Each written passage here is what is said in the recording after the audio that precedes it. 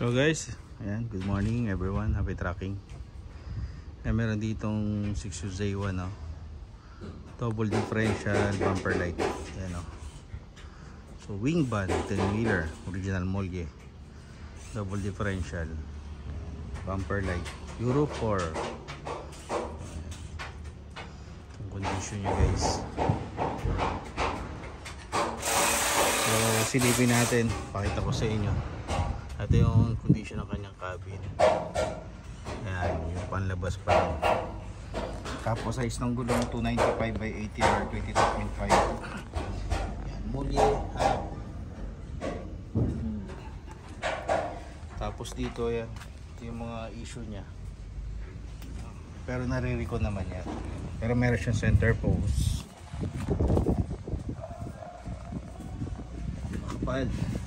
Makapal yung double chassis nya, secondary. Ito siya, double differential original molye banana type. Offering to, pwede ito pagpulirin nyo para kuminis yung tsura ng chassis. Yan, yung band, tapos double lock. Yan, double lock siya.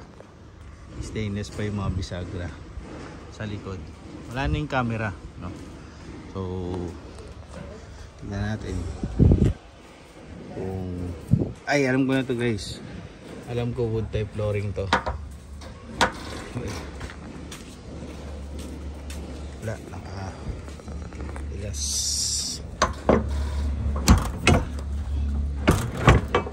Pakita ko sa inyo. Ayan, ito yung loob ng body.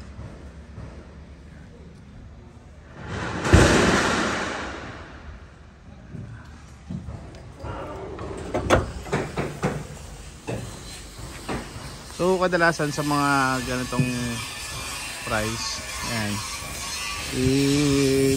ilalagay ko na lang sa comment section kung magkano.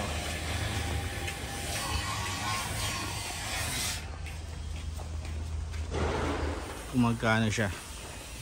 Pero maganda dito guys, bubble top, high roof, bumper light. Siguro estimated ko mga nasa 2 million to, no?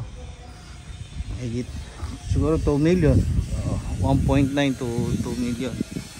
Pero depende, no? Mari pa siyang tumaas, mari pa din siyang bumaba sa presyo. So tingin pa tayo sa iba.